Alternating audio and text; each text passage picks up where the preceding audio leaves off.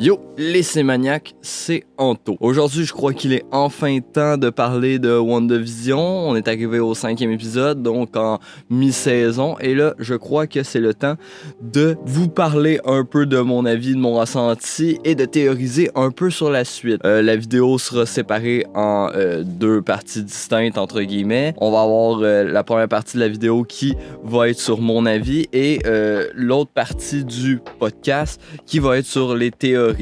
Donc, trêve de blabla, débutons sur qu'est-ce que j'ai pensé de WandaVision. Donc, pour l'instant, WandaVision est une excellente série pour introduire tellement de trucs dans le MCU et ça ouvre des portes à plein de choses, le multivers, puis plein d'autres trucs qu'on va savoir au fil de la série parce que pour l'instant, on est juste au 5e épisode, on en sait beaucoup. On sait à peu près où c'est que la phase 4, 5 et la suite va se dérouler. On sait à peu près où c'est qu'on s'en va avec ça. Mais on a beaucoup de parts de mystère pour l'instant. Et pour moi, pour l'instant, la série est A1 sur tous les épisodes, du premier au dernier. Et pour renforcer un peu mes propos, je vais vous parler de chaque épisode un par un, vous dire un peu qu'est-ce que j'en ai pensé, vous dire, vous comprenez c'est quoi le but d'un avis, donc je vais vous parler de tous les épisodes un après l'autre. On va commencer avec l'épisode 1, 2, vu qu'ils sont sortis un peu en même temps, puis qui sont très similaires dans la forme. Donc l'épisode 1, Wanda arrive à Westview, on sait à peu près, juste préciser, le podcast que vous allez regarder là est full spoil, donc si vous voulez pas être spoilé par la série, allez écouter les épisodes et revenez après regarder ce podcast. C'est bon, vous l'avez fait, donc on peut enfin commencer. Donc le premier épisode, Wanda arrive à Westview avec Vision. C'est une sitcom bien normale des années 50, il n'y a rien de plus, rien de moins. Il se passe des choses assez étranges qu'on se pose la question puis qu'on n'aura pas la réponse avant 4 épisodes. Ensuite, l'épisode 2, même chose, toujours autant un peu une part de mystère. Toujours en côté sitcom des années... Là, on a passé dans les années 60 dans l'épisode 2. Rien de bien spécial à distinguer. Les épisodes sont assez simples. Les 2 premiers épisodes, il se passe pas grand-chose, sont très courts. Puis on a des légers teasings, mais tout le temps à la fin des épisodes. Il y a jamais grand-chose dans les 2 premiers épisodes. En tout cas pour WandaVision. Ensuite, pour l'épisode 3, on passe dans les années 70, dans une sitcom des années 70. Là, ça commence à bloquer un peu plus. Là, on commence le mystère commence à s'amplifier. Et on n'en saura pas plus que dans l'épisode 4, où l'épisode 4, là la série commence, là il se passe des affaires, là on se retrouve un peu plus dans le côté Marvel de la série. Et cet épisode 4-là, pour moi, était mon préféré jusqu'au 5e. L'épisode 4, on voit le point de vue de Sword compagnie qui a été créée par Maria Rambeau, l'amie à Carol Danvers, aka Captain Marvel, qui est décédée durant le snap de durant le snap, elle n'est pas décédée du snap, mais elle est décédée pendant le snap. Ça veut dire que quand Monica est morte du snap, sa mère, elle avait un cancer, elle est en rémission à l'époque, puis quand Monica revient, il annonce que Maria est décédée de son cancer 2 ans après que Thanos a claqué les doigts. Donc, ça débute là-dessus, ça débute sur une vraie conséquence du snap. Ça aussi, le snap est très bien mis en scène, enfin. Parce que dans Spider-Man Far From Home, c'était juste une joke. Pis ça faisait que la série, tout le snap passait comme une joke. Là, pour une fois, on voit les vraies conséquences de ce snap-là, puis du retour de tout le monde. Tu sais, c'est la panique, genre, j'aimerais tellement pas ça que ça arrive. De toute façon, comment ça pourrait arriver? À ce que je sache, il n'y a pas de petite pierre élémentaire de l'infini. Donc, je pense pas que ça risque de nous arriver un jour. Mais, pareil, tu vois l'impact que le snap a causé, toutes les réaparitions, tu sais, t'as 5000 personnes, peut-être plus, là, genre, t'as 4 millions de personnes qui sont mortes ou 4 milliards de personnes qui sont mortes, puis le reste ont survécu avec le temps, puis là, toutes les 4 milliards reviennent d'un coup. Tu sais, c'est très... surtout que ça se passe tout dans un hôpital qui est déjà surbondé, déjà de base. Si en plus tu rajoutes 400 personnes qui étaient là au début, mais que là, ils ont disparu, c'est clair que c'est le bordel un peu. Mais, mis à part ça, c'était ça pour le début de l'épisode 4. Pendant l'épisode 4, on fait la rencontre aussi de Jimmy Woo, qu'on a vu dans Ant-Man 2, qui, pour moi, personnage goldé, sérieusement.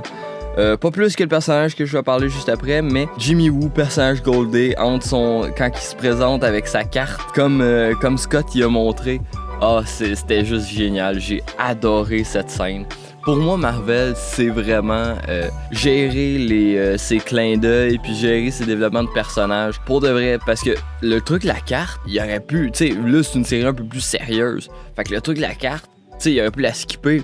Mais non, ils l'ont mis pareil. C'est ça qui est cool, tu sais. On garde l'ambiance qui instaure sur le personnage dans les autres films.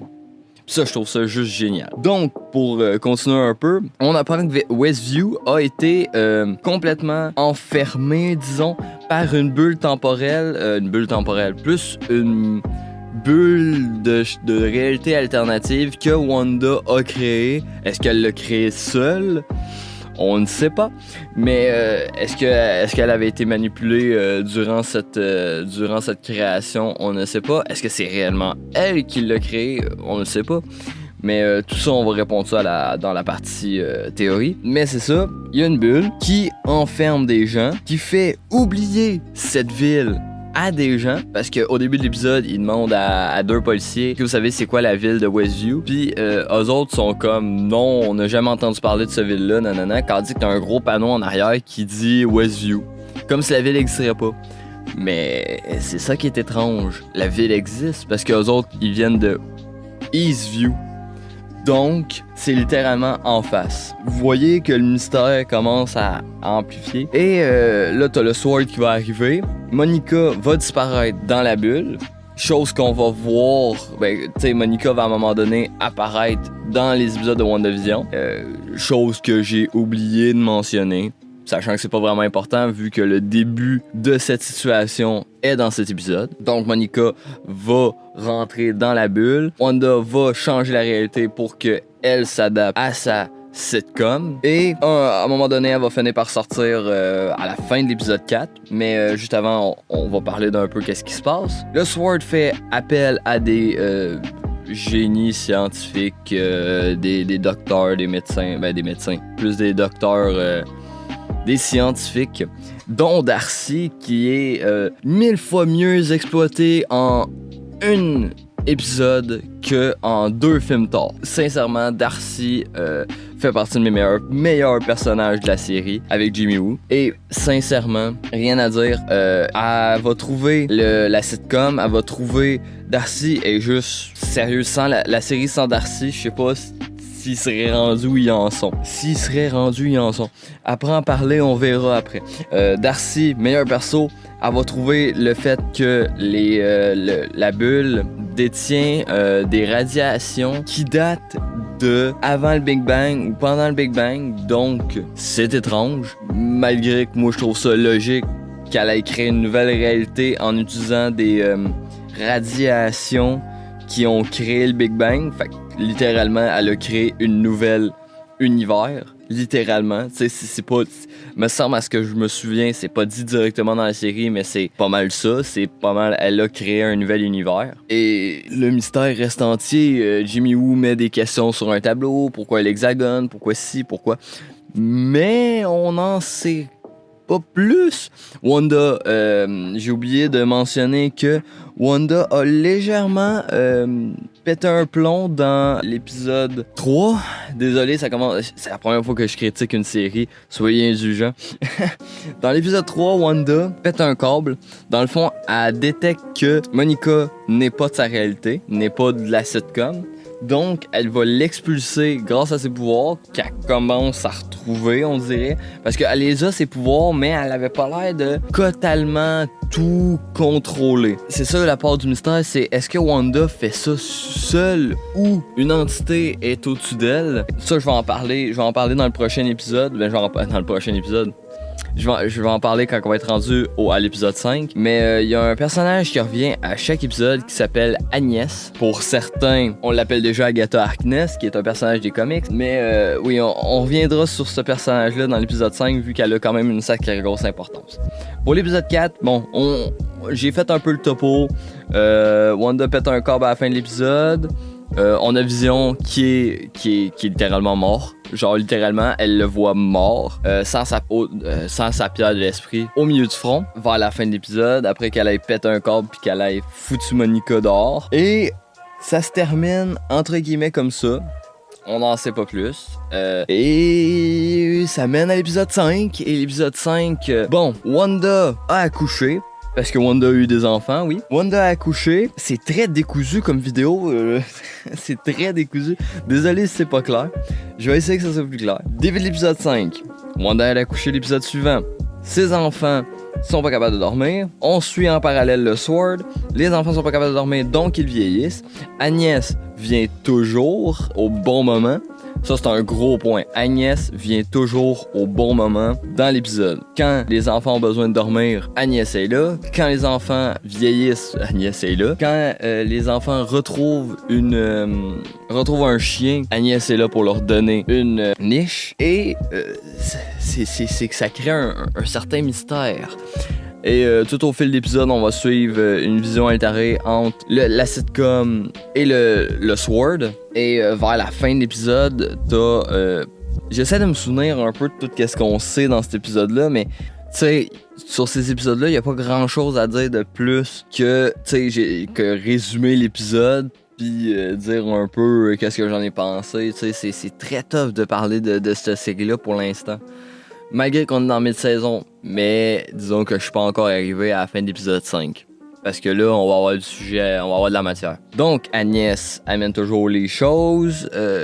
Wanda commence à perdre le contrôle un peu. Agnès est étrange, vraiment. Dans le fond, à un moment donné dans l'épisode, elle dit « Tu veux qu'on rewind tout? » Fait que, donc, elle est consciente que Wanda rewind tout. Est-ce que c'est volontaire qu'elle soit consciente parce que, tu sais, elle veut pas que Wanda la rewind puis ça fasse mal, disons. Je sais pas si ça fait mal ou pas. Est-ce que est-ce que c'est Agatha Harkness pour de vrai? Est-ce qu'il y a quelqu'un d'autre derrière? Est-ce qu'elle est possédée? On ne le sait pas. Et on ne le saura probablement pas avant l'épisode 6. Mais ouais, c'est pas mal ça.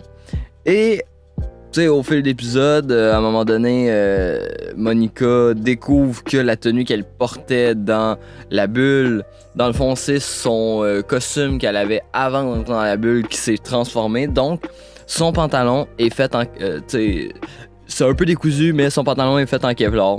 Je vais direct au but. Son pantalon est fait en Kevlar à cause qu'elle portait elle portait une tenue militaire d'agent du Sword avant de rentrer. Donc sa tenue s'est transformée. Donc son pantalon, son chemisier ou peu importe, doit être aussi en Kevlar. Donc tout ce que tu mets...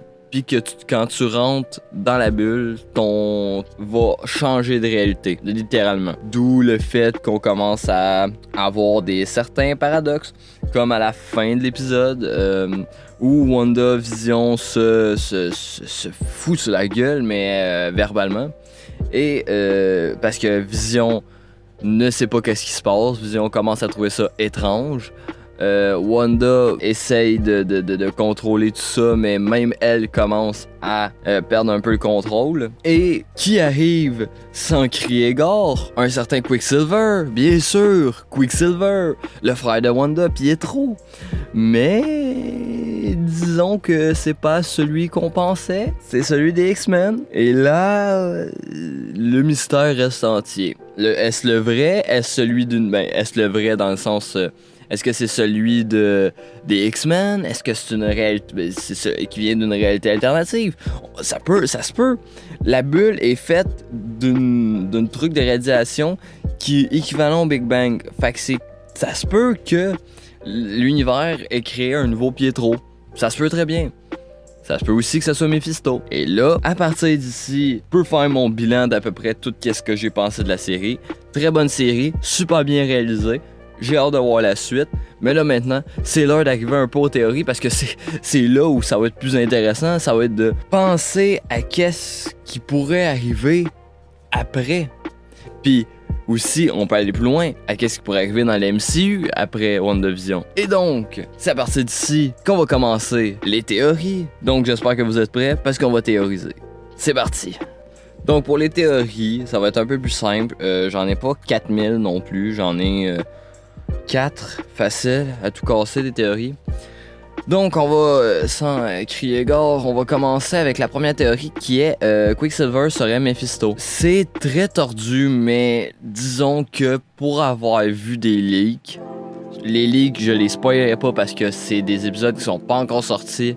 Puis je veux pas avoir de problème avec ça. T'sais, c'est un leak que j'ai vu sur internet sans le vouloir et donc j'ai été spoilé. Sans le vouloir, disons-le.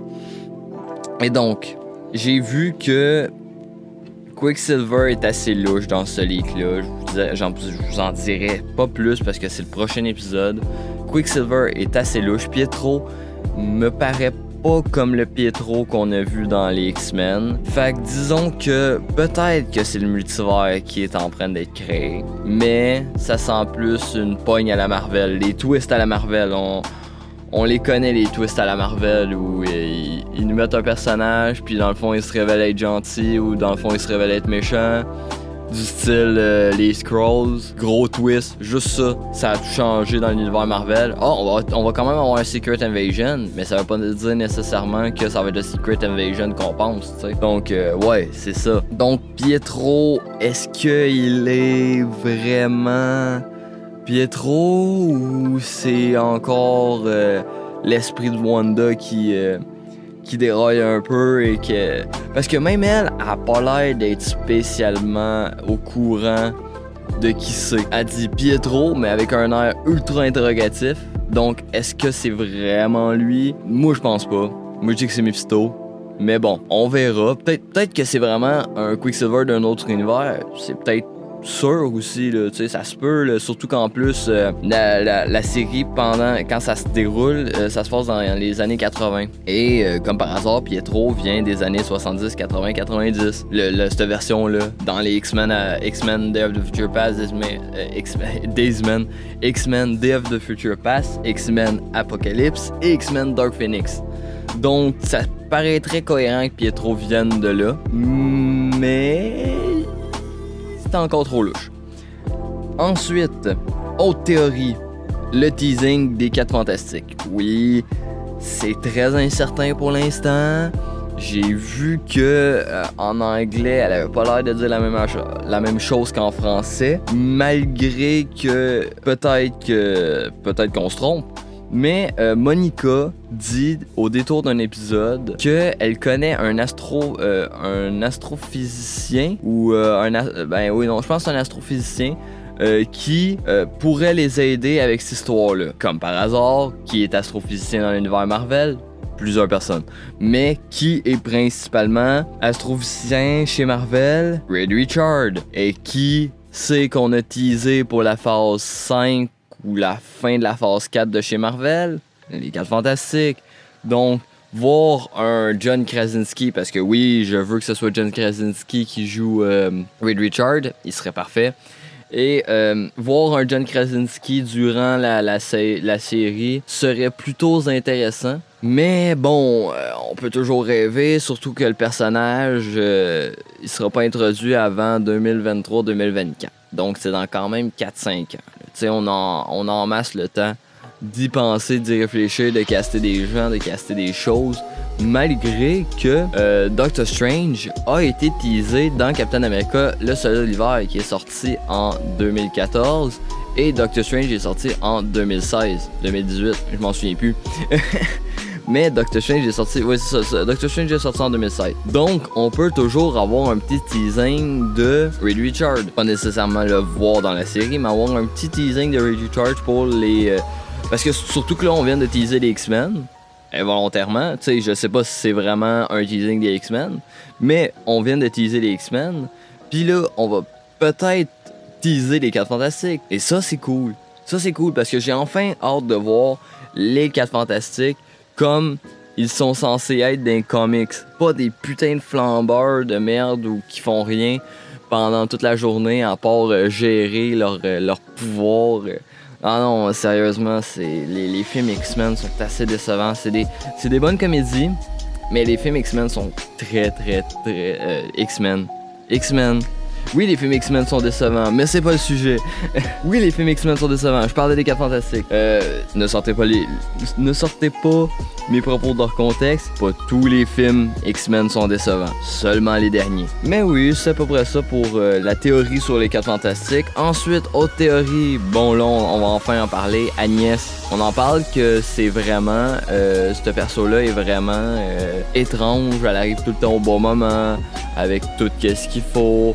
Quand Wanda a besoin d'un dessert, elle arrive avec un ananas. Tu sais, dans des premiers épisodes, ça paraissait comme la voisine un peu fatigante. Mais là, à Star, plus vraiment une voisine fatigante. C'est plus une entité étrange qu'on ne sait pas qui est derrière. J'ai des gros doutes sur Mephisto, vraiment. Parce que dans les comics, les 2 enfants de Wanda sont créés grâce à une partie de Mephisto, donc je me doute que ça a probablement un rapport. Le fait qu'elle commence à plus rien contrôler et le fait que Pietro arrive. Donc, si c'est pas Agnès qui a ramené Pietro, ben c'est qui? C'est pas Wanda, puis surtout que Wanda ne connaît pas ce Pietro-là. Qui sait qui pourrait avoir amené un Pietro différent d'une autre réalité? J'avais vu certaines théories comme quoi ça serait Doctor Strange. On va en parler. Doctor Strange, on va en parler plus tard. Plus tard. On va en parler dans quelques instants, là, juste finir avec Agnès. Agnès qui serait Agatha Harkness, une sorcière de l'univers Marvel qui est mentor de Wanda et qui, me semble, s'occupe aussi des enfants de Reed Richards et de Susan Storm. Donc, le mystère reste entier encore une fois. Est-ce que Agnès est méchante? Moi, je dis que oui. Ben, peut-être pas méchante, mais malveillante. Moi, je dis que oui. Toujours là, au bon moment, c'est louche. Et c'est tout ce que je pourrais dire sur Agnès pour l'instant, pour le vrai. Et maintenant, on va passer à la partie qui vont parler un peu de la fin de la série. C'est clair qu'on va voir Doctor Strange. C'est évident, c'est quasiment sûr. La série tease Doctor Strange. Et donc, voir Doctor Strange à la fin venir régler un peu tout ça avec Wanda, je trouverais ça intéressant. Je trouverais ça réellement intéressant. À voir, c'est pas vraiment une théorie parce que tout le monde se doute que Doctor Strange risque d'arriver à un moment donné. Mais c'est cela, tu sais. On a des gros doutes sur le fait que Doctor Strange arrive. Il y avait teasé un gros caméo. Ils disent que le gros caméo c'était Evan Peters de Quicksilver, malgré que moi, je pense pas que ça soit Evan Peters.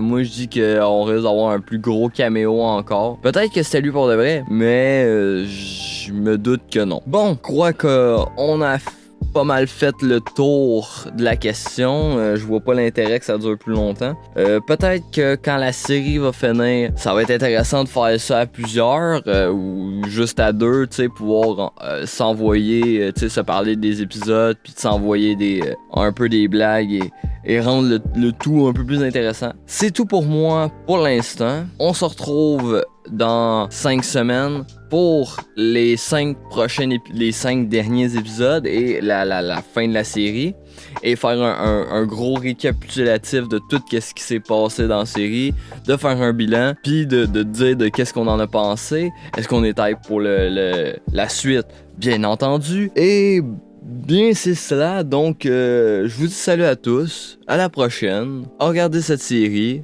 allez voir des films, je vous dis à plus, ciao ciao.